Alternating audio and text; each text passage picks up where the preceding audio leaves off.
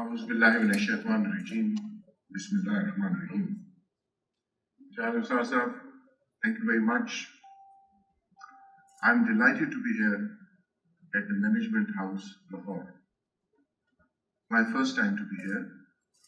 I've been to this area many times, but never had the opportunity to come here and know that in Pakistan, alhamdulillah, people are trying to develop their own synergies in various departments. So it's a great pleasure to be here and to be amongst all of you who represent Pakistan in various segments and various sectors, who actually carry the flag of Pakistan on their shoulders every time, every day. I'm not here to give a theoretical lecture. This is not a class. I have served this nation for about 44 years. I've seen 6 continents of the world. I've seen over 40 countries of the world. I've lived there and worked there in many one of them. So based upon my own experience and my own knowledge, I shall share with you how Pakistan stands in the emerging geostrategic environment. When I was preparing for this talk, I said, oh my God, this is a challenging subject to tackle. Because I see that we live in the best of times, but we also live in the worst of times. And that is the paradox that creates both the challenges, but it also creates the opportunities.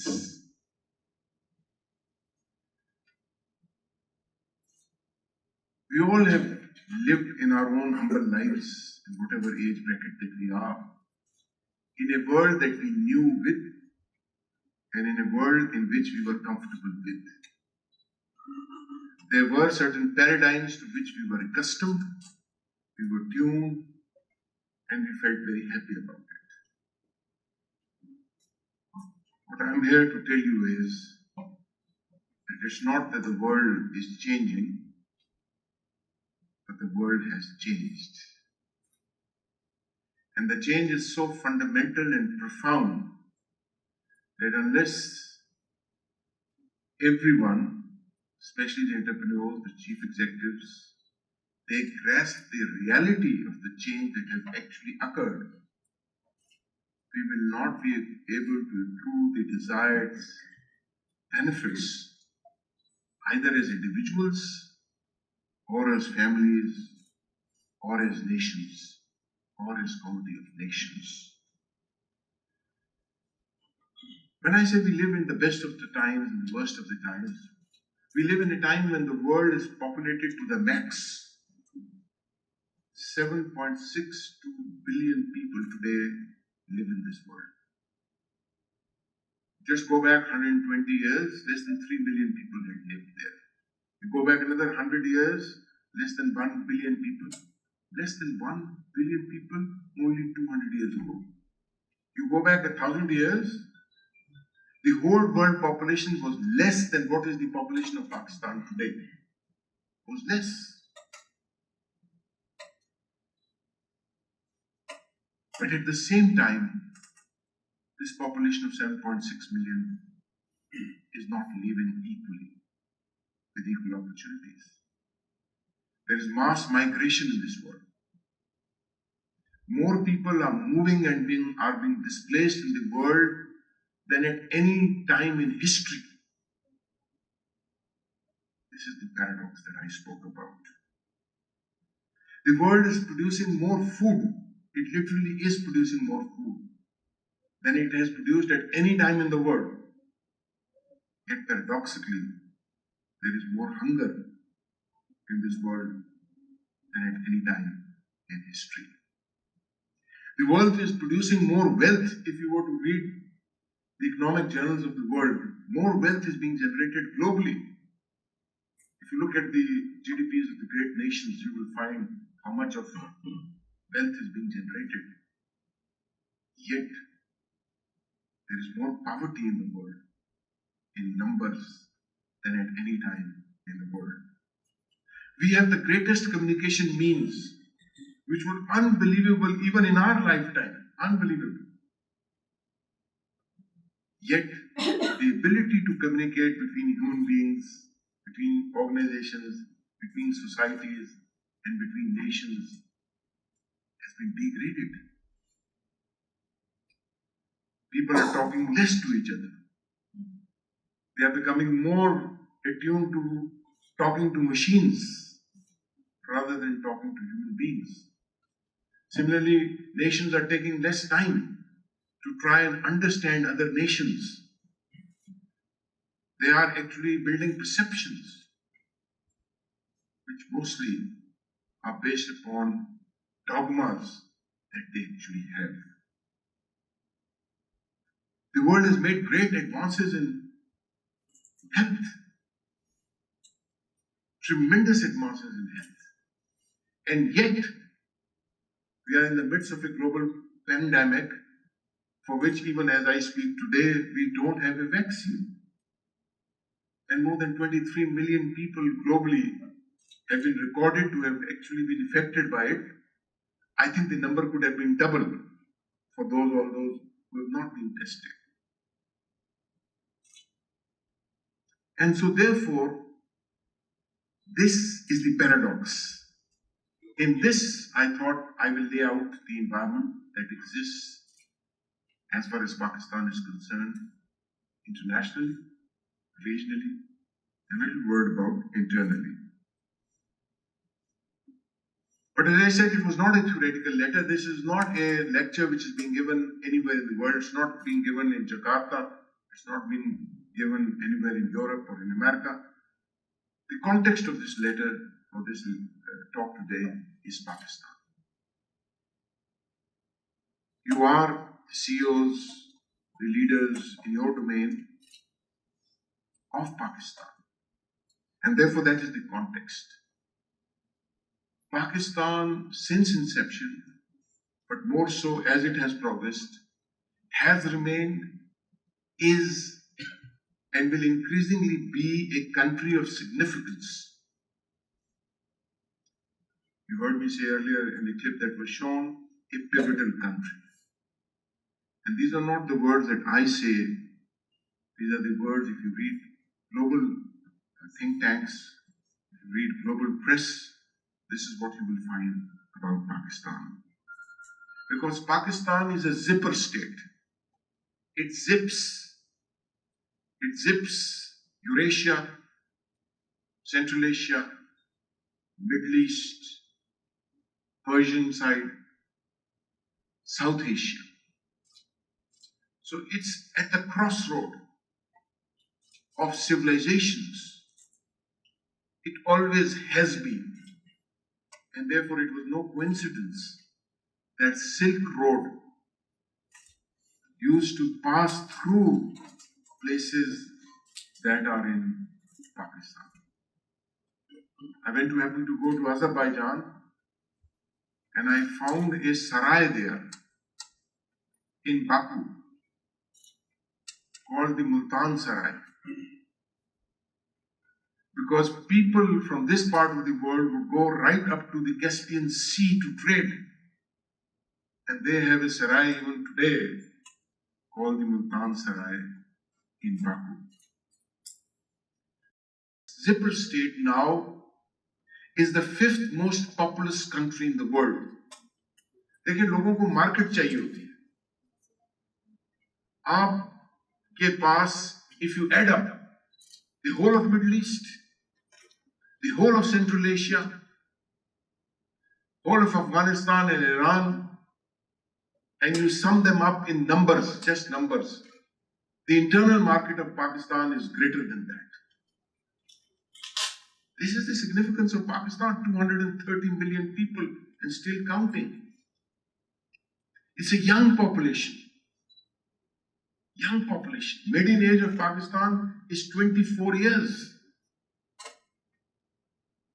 And therefore it is a population which is looking to the future with hope and looking to the future make for themselves a place, and while they do that for their own selves, I'm sure they make the place for our nation. It's also the second largest Muslim country in the world. So out of the 54 countries, I've been to almost many Islamic countries, and all of them look up towards Pakistan for leadership. It provides them great strength, if not externally, at least internally they feel so. And they share with you. And that is for a right reason. It's the only Muslim little nuclear state in the world. It's amongst the 9 nuclear weapon states in the world.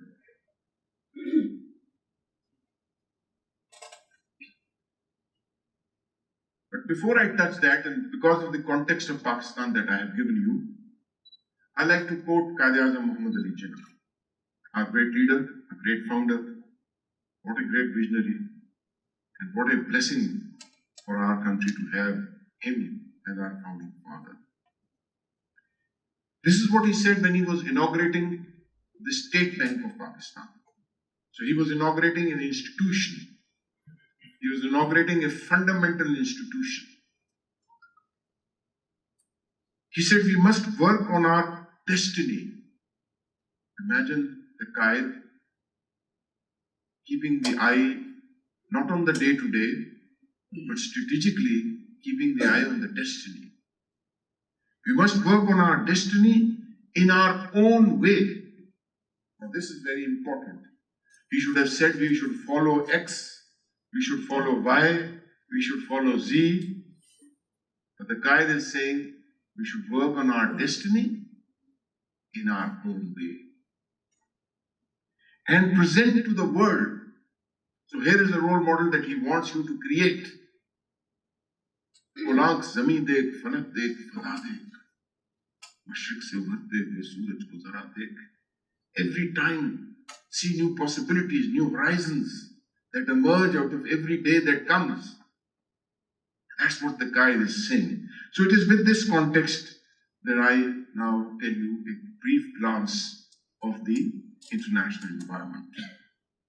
And as I said, the international environment is not changing, it has changed. We are in the midst of a great power competition between the great powers.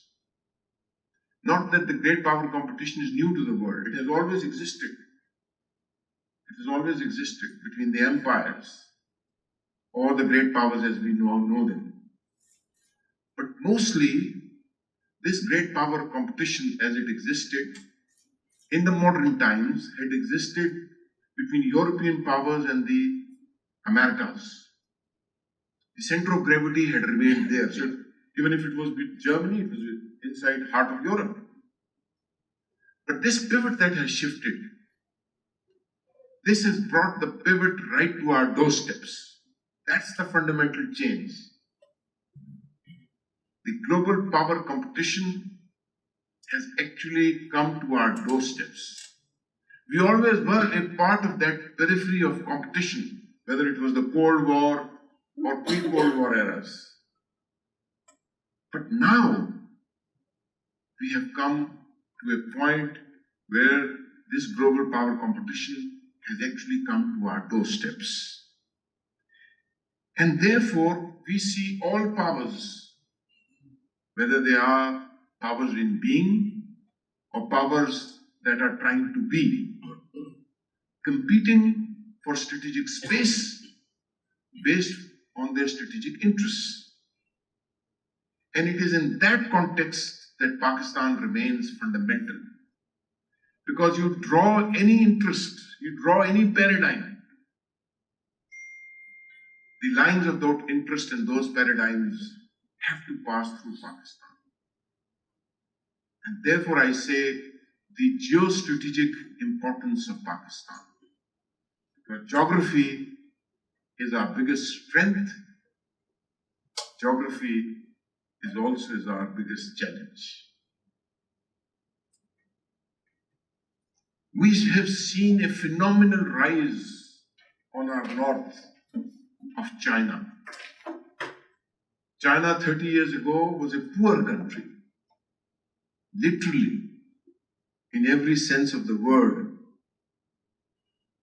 China today is a near superpower, literally, in every sense of the word. So in a generation, they have turned it around. And because Pakistan has had a traditional relationship with the US, and Pakistan has had a traditional relationship with China, and therefore when they do their great power competition, it is naturally Pakistan which comes in the center of this contestation. This is the paradox, but this is the paradox which creates opportunities also.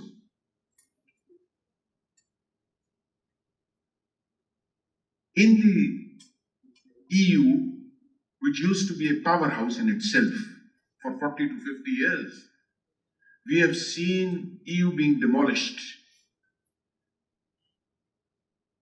Brexit has already happened, decided, will soon be formalized. And there are other countries which are actually on the verge of orbiting out of the EU, which means that the balancing power of Europe, created through the heart of Germany and France, is no longer as impregnable or as formidable as it used to be. And Europe is now looking the world over for new paradigms of economic partnership, for new paradigms of political partnership, for new paradigms of political partnership. And for us Pakistanis, who have a large diaspora which exists in these countries, this provides us also great opportunities at this moment, because as the Europe redefines itself, it will find emerging markets, and Pakistan has to figure amongst the great countries that are there at the threshold of actually taking advantage and leveraging its position into those advantages. And therefore, a new international order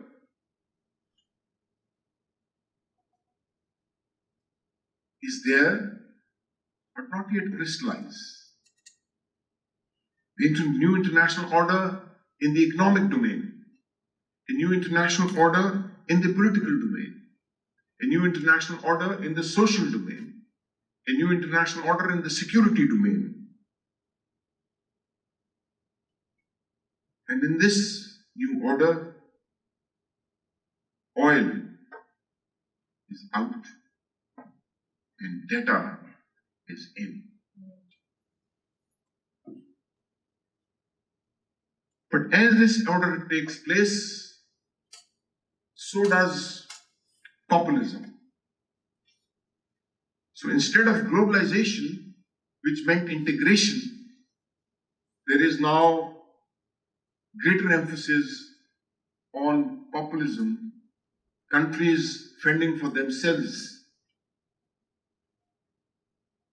And that will create its own dynamics for the CEOs like you to understand the dynamics of populism that is actually unleashing. And therefore you will see populism, whether it is in America, populism that is in Europe, even in the shape of far right rising, Islamophobia taking roots, populism in Pacific, populism in Russia, Central Asia. And this has created an environment of a situation where instead of reality, mostly you get altered or fake reality. And unless you are attuned to the strategic environment, this fake reality can take you to a wrong direction because it's all virtual.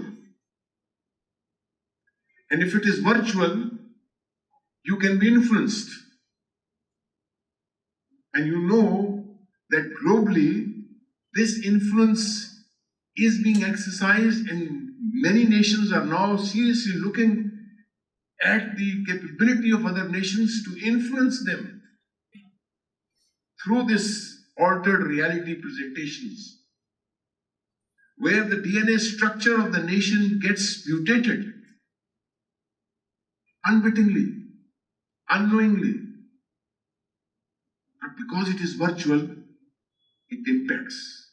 And because it is so repeatedly, enforced, that you get illusioned into an altered reality.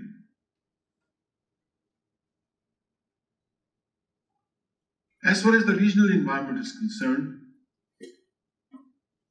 Afghanistan, after 40 years of conflict, 41 years to be precise, and still counting, is inching towards some sort of peace negotiations, hopefully leading towards some sort of stability.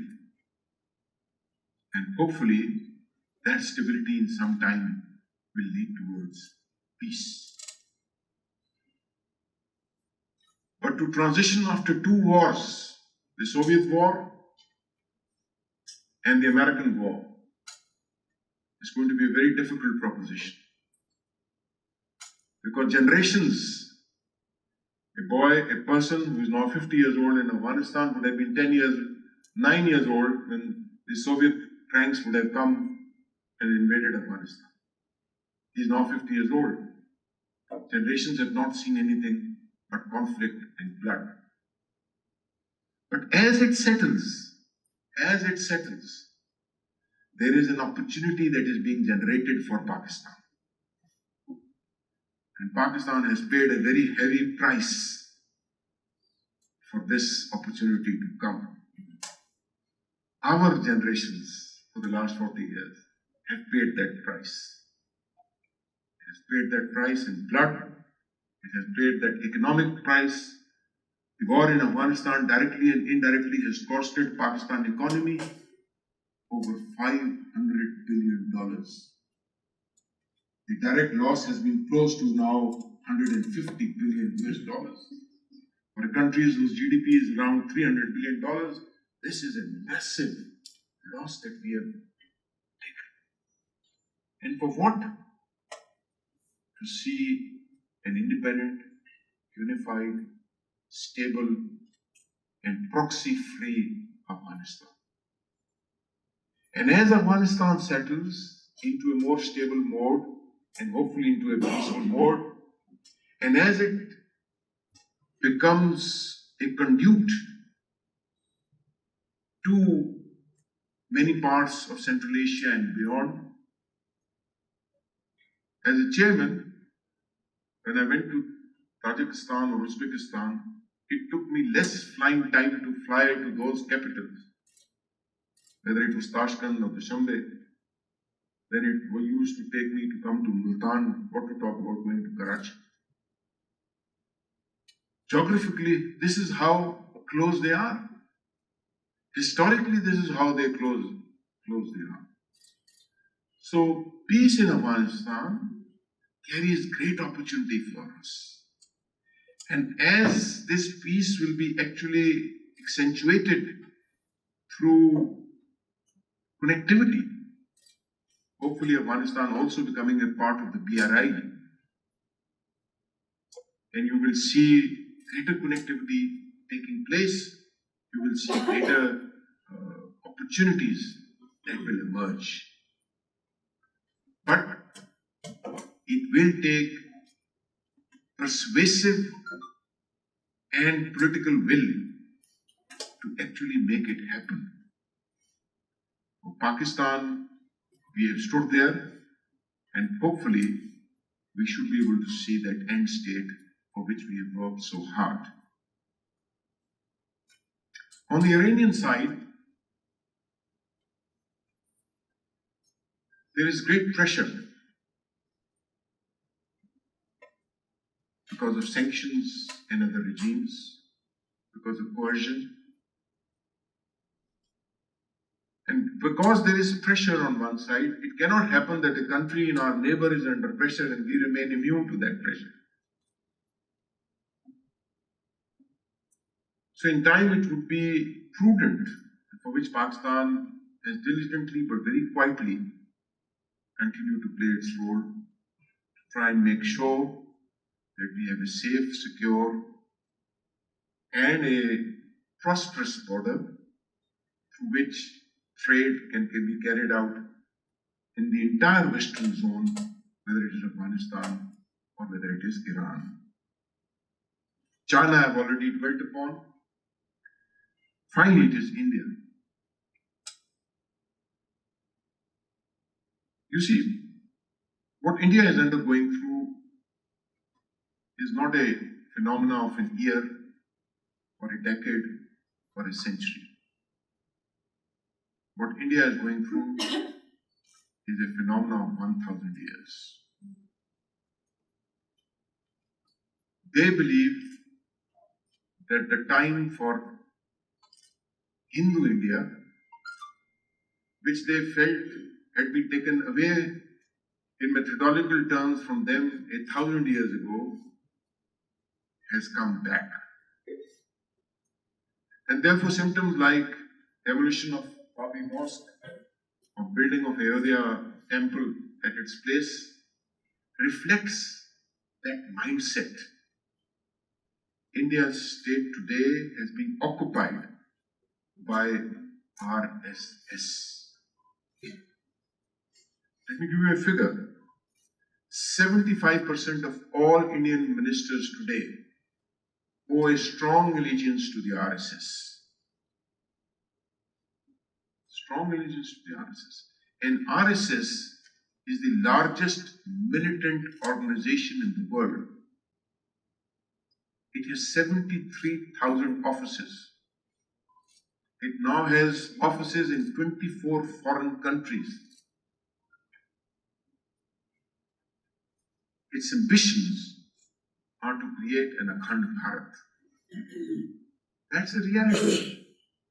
You can read books upon it as they are emerging in great numbers. And for them, the Akhand Bharat includes what is now Pakistan. For them, Akhand Bharat even includes what is now Afghanistan, or parts of Afghanistan. For them, it includes many states towards the east.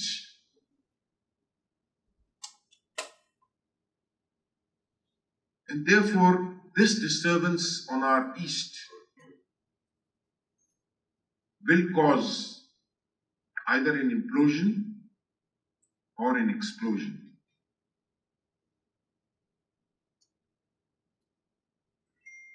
If it is an implosion, the consequences and fallout will be great.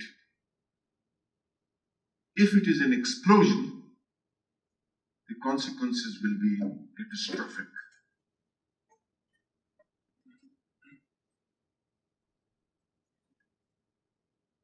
On the internal front, this 230 million people are resilient people. And they are resilient in every sense. Our sitting here today and me taking off the mask is also a part of the same resilience that shows of our nation. You see, if you see COVID and the way it is attacking Afghanistan, the way it is attacking Iran, the way it is attacking India. Yesterday, India had more than about 69,000 cases. And therefore, this resilience is so hard built into the hearts and minds of our people. I have seen it at close quarters. You see, when earthquake took place in Balakot in 2005, 74,000 people became shaheed. I happened to be there on duty. Normally, in any such catastrophe, the greatest challenge would have been to ensure evacuation of the people outside the area from there to safer areas. But I can share you with my own experience. I'm giving you the resilience of this nation. My greatest challenge was not to ensure evacuation of the people from Balakot down south into Ahmedabad and Haripur and beyond, but it was to regulate the flow of people from Karachi to Lahore to Peshawar, trying to go and help their brothers inside Balakot and those areas.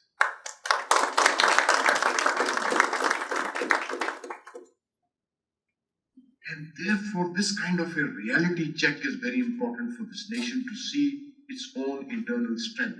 When Kai talked about destiny of our nation and are doing it our own way, he had full pulse, a handle on the pulse of this nation. He knew what this nation was, could, can, or would do. It is a very innovative nation. I have never seen a challenge being given to someone and he or she not coming up to that challenge. Never. I've dealt with Pakistan's strategic program. A smallest of the smallest missile takes about 18,000 technologies to make. 18,000 technologies to make and integrate. So that is done within your own country. By your own people.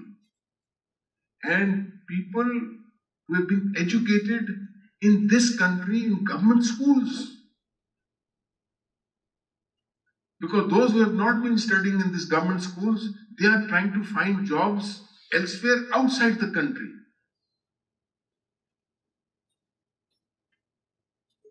This strength of this nation is quite unique. I remember coming back from UK with a 4-star Air Force, and he was taken to one of our hangars. And when he passed through one of the aircrafts, fighter aircrafts, he stopped. He saw a work being done. So the air chief at that time asked him if there's anything we can do. He said, I can't believe my eyes that this work is being done inside Pakistan, in open. So he called this guy. He said, I want to speak to this man. उसको बुलाया, उससे उसने पूछा, आपकी education क्या है? And even to my surprise, the man who was repairing that F-16 was an FSC passed individual. Lekin he was doing the job that was told to him with the innovative method that he had. Let me give you another example. We wanted a particular pod for intelligence, surveillance, and reconnaissance to be placed on a particular aircraft. So we contacted many countries of the world, whether they would do that job to us. The minimum quote that we received, others were plus of that, was $4 million US, and that they would take anything between 24 months to 36 months to do it. We threw the challenge to one of our own guys and people. He did it in $40,000 and in 4 months. The same job. And therefore, why I share my experience with you? Because if I had not experienced it, I would be telling you a story. This is not a story. This is an experience through which I have seen that when given this task, what is it that our people can produce? And therefore they are warm-hearted people. आप दुनिया की कोई उठा के देख ले, वो कहेंगे कि ये बड़े जबरदस्त लोग हैं, बड़े मेहमान नवाज लोग हैं, ये यहाँ पे Their experience of reading about Pakistan and their experience of feeling Pakistan when they are in Pakistan are totally two different things. You talk to any European, you talk to any South Asian, he will give you the same story because he would have felt and it's not new, it's the same thing. My father was one of the persons managing the Islamic Summit in Lahore in 1974. And you had many Islamic leaders who came to this place. And because most of you are from Lahore, but some from abroad, there was not enough accommodation in Lahore at that time. Many well-to-do people, they vacated their complete homes for the period so that the guests of Pakistan could be accommodated. There was a day which was kept for their shopping, so that they could go to Anarkali and other bazaars and do some local shopping before they went. And my father tell me that not once, but always, every shopkeeper refused to take money for whatever item that those guests who had come for the 1974 Islamic Summit would do. They would not take money from them. They said, you have come as a guest of ours, you are a guest of Pakistan. It is an amazing phenomenon. And therefore, instead of challenges, I would first try and look at opportunities. The first opportunity is the BRI, the CPAC.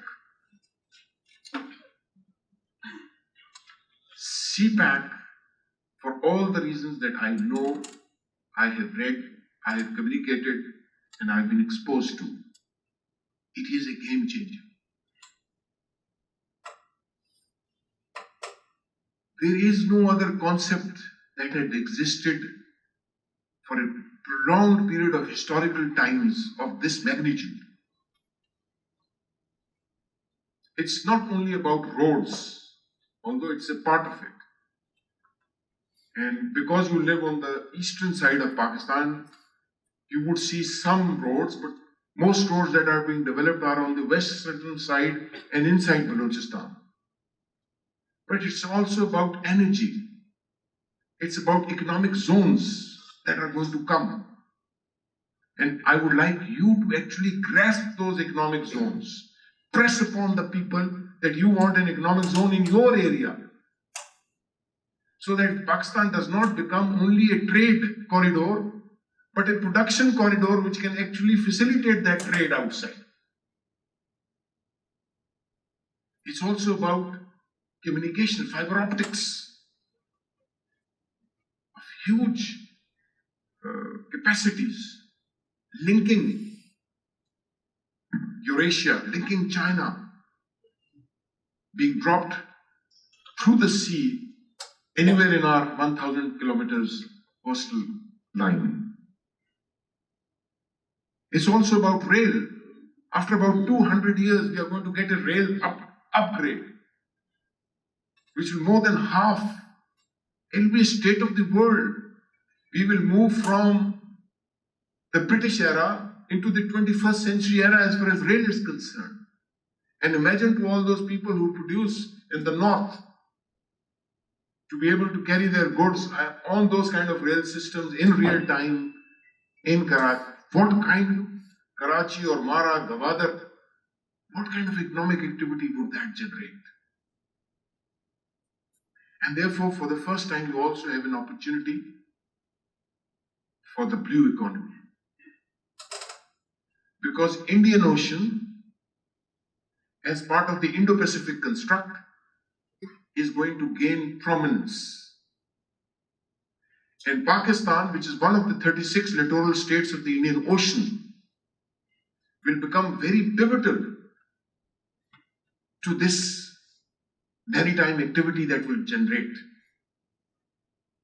We will require our own shipping industry, our own ships, and complete paradigms to be able to carry the goods and services through those maritime capabilities. And in that, our human resource will become very important, and that is our opportunity. We have got to put that human resource in a productive fashion, not only in the service industry, but basically in the production industry. Service industry is required to service 220 million people. Production industry will be required to produce for up to 7.6 billion people and up and running. And also, as the world grows up to, let's say, next 80 years, by year 2100, many parts of the world will see a decline of the population. 25 countries of this world, their population will halve. जितनी आज उनकी आबादी है वो आधी रह जाएगी 2100 तक, because they are not generating themselves in that fashion. And yet, as I said, in Pakistan you have a 220 million people. Yes, it is if you see, it's a great challenge, and I'll speak about that. But I'm here talking about an opportunity. If you put this workforce into a fashion that it can produce and not only consume, you would have turned the table. You would have turned the table. And for that, you will require technology. And therefore, it is not by coincidence that Pakistan is amongst the first nation in South Asia where 5G technology is being tried as a pilot project. 5G technology. So while we will be affected by this war, technological war, where Huawei will come under increasingly scrutiny of many powers, but still 5G remains the game changer because of this possibility of interconnectivity. And we require people who will be able to communicate in this fashion.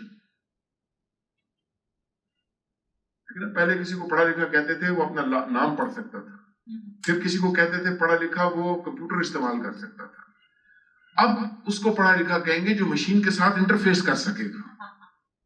So the whole definition of who is educated and who is actually being able to sink into the 21st century will alter. And that's where, whether you require a school child, if you go to Europe, they're no longer interested in degrees. A high school graduate is getting more pay than a graduate who is getting from the top university because they are interested in skill. What is the skill that he brings? And therefore, for this skill, you require an interface between your industry and your services and the academia. You've got to provide that challenge. आप देखिए पाकिस्तान में ventilator नहीं बनते थे, challenge दिया गया कि ventilator बना देंगे. आपकी यूनिवर्सिटी के बच्चों ने उन वेंटिलेटर्स को बना दिया. पाकिस्तान में हार्ट में डालने वाले स्टंट्स नहीं बनते थे, आज पाकिस्तान में हार्ट बनने वाला स्टंट आपके बच्चे और बच्चियों ने उसको बेहतरीन बना के उसको बना दिया. So this human resource and this academia linkage at the university level, at the college level, even at the school level, we can't leave our education to the whims of few who have been discarded by the society. You must reach out and contribute towards development of this skill. It will help you in turn. आपके पास ही आएगा, ये पूरा recycle होकर आपके पास आएगा. Minerals. You see the kind of minerals that exist in Pakistan. It's a mineral-rich country. You forget about all the oil that was there in the Gulf, in the Arabian world. If you add that wealth on one side, and you add the potential of minerals in Pakistan on the other side, It is something else. I'll give you an example. 2. There are metals which are called rare earth metals. 17 या 18 metals हैं दुनिया में, इनको rare earth metal कहते हैं, दुनिया में कम पाई जाती हैं. और सेकेंडली जो फ्यूचर की टेक्नोलॉजीज हैं उसके लिए ये rare earth metals बहुत इंपॉर्टेंट है. You know, Pakistan is one of the few countries in the world which have rare earth metals in abundance. In minerals, you see, in one of the minerals that Pakistan holds, because I was indirectly related to it, I constituted a board of top people to try and determine iski value kya hai. And I gave them 3 months. After 3 months, the head of that mission that I had given that study came back to me. उसने कहा sir मुझे 3 महीने और दे दे. मैंने उसको देख के कहा, जो भी उसका नाम था, मैंने कहा आपसे ये तवक्को नहीं थी, आप तो बड़े टाइम पे काम करने वाले आदमी हैं. उसने कहा नहीं सर, आपको खबर बाद में देंगे, लेकिन आप मुझे 3 महीने और दें. Let's look at it, 3 more months. So here they come after another 3 months, a total of 6 months. And they say, sir, let us start with a basic statement. The value of this mineral that you have given us in today's term is $1 trillion US. And he paused. I said, are you talking billion? He said, no sir, trillion. And he said, sir, but that's not the end of the story. He said, that is the bottom line assessment that we have made. Because we have not been able to actually realistically calculate the higher end of this mineral. So I can't put a figure to the higher end. I can't tap it for you.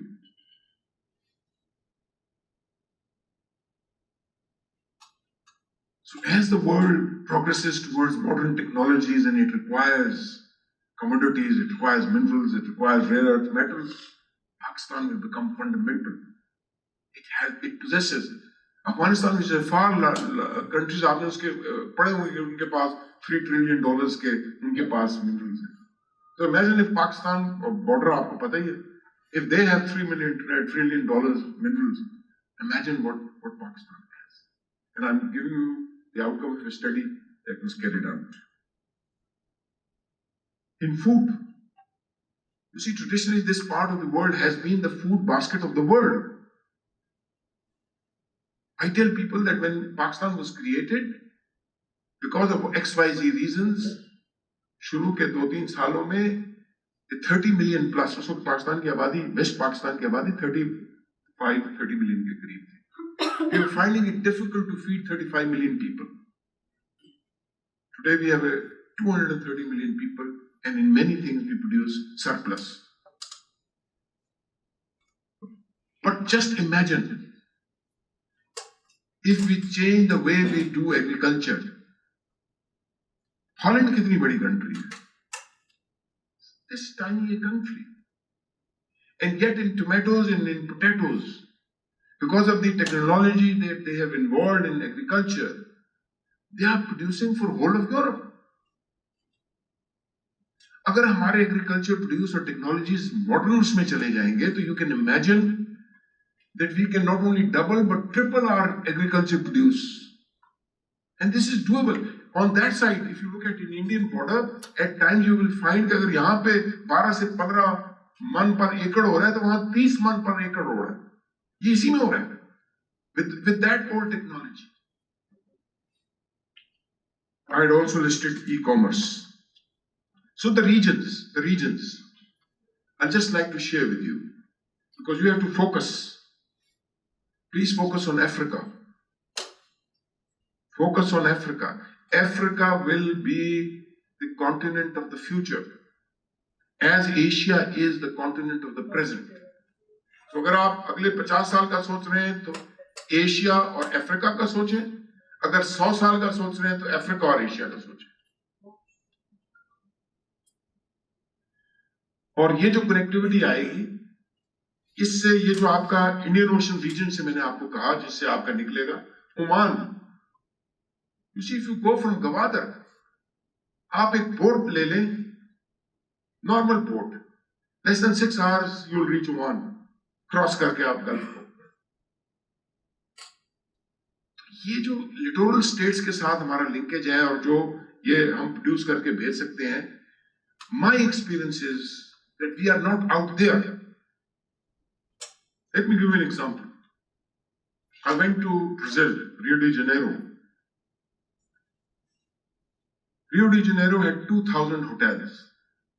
2,000 hotels. 10,000 restaurants. I said, I want to have a food in Pakistani restaurant. Out of those 10,000 restaurants, I couldn't find a single Pakistani restaurant. We have to move out. The world is out there, and I could have given you many examples. मैं आपको, आप किसी दुनिया का खित्ता उठा के मैं आपको देख लूं, what the world requires is what we need to produce. And for that we require a proactive approach to reach out and not just become conduits of somebody who is sitting in somewhere and acting as an intermediary man and we are being used. We must value add our products and get the value for that money.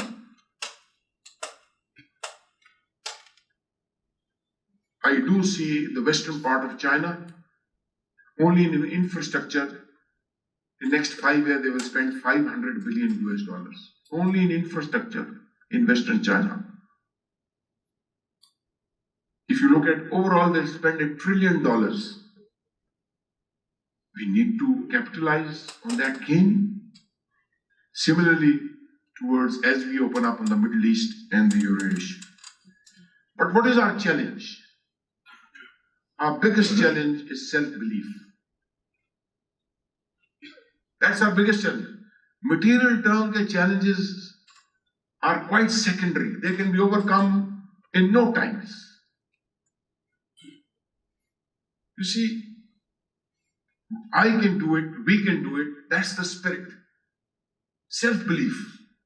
और ये जो 5th generation war है, इसने basically आपकी self-belief पे attack किया है। आपके अंदर से आपको लगना शुरू हो जाता है कि मैं बड़ा कमजोर हूं, मैं बड़ा वीक हूं, and you give up that will to fight and will to progress.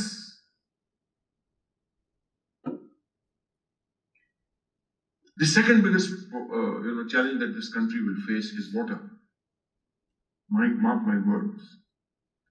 Please, as a nation, we have to come together to use water in an intelligent fashion in every aspect of human life that we actually undertake.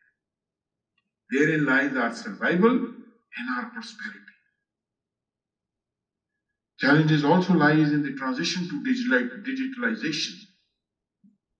Because digitalization is not digitalization till everybody is digitalized. You can't be that I have a room, this management house, this is digitalized, but the house next to me is not digitalized, so it's no digitalization.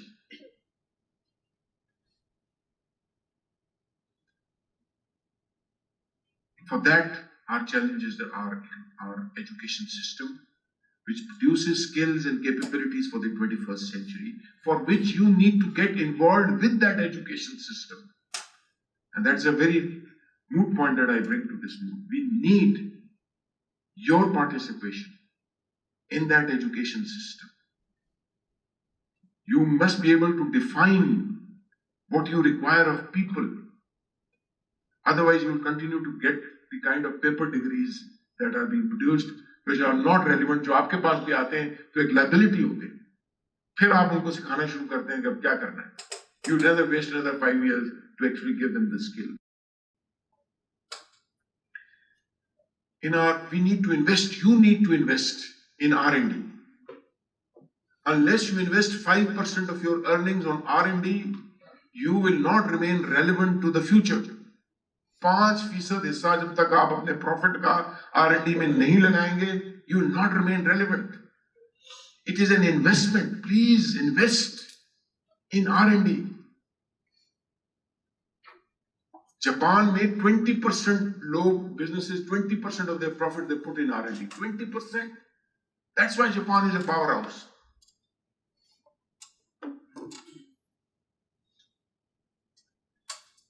So let me conclude. While we do all this, we require two fundamentals to be put right.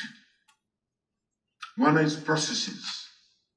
You cannot operate a 21st century organization systems with an 18th century rules.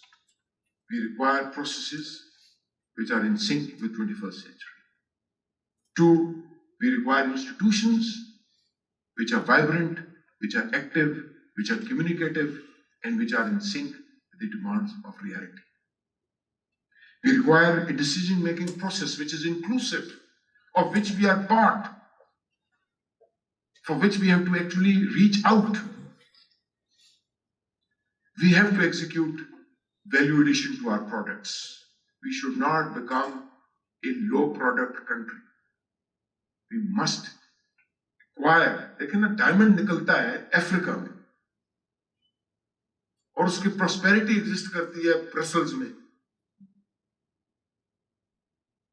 और जिस जगह पे वो exist करता है वहां extreme poverty है. तो ये चीजें आपके पास है, हमारे पास है, अल्लाह ने हमें दी है. इसको हम वैल्यू ऐड करें, हम लेके चले. We can't expect others to bail us out. Stop this habit. We must stand on our own 2 feet, and for which we require indigenous solutions. और मैंने आपको examples दिए हैं 2-3. I could have given many more of the indigenous solutions that we have. Before I take question and answer, let me conclude कि मेरी जमीन मुझे एड़ियां रगड़ने दे. मेरी जमीन मुझे एड़ियां रगड़ने दे. मुझे यकीन है चश्मा यहीं से फूटेगा.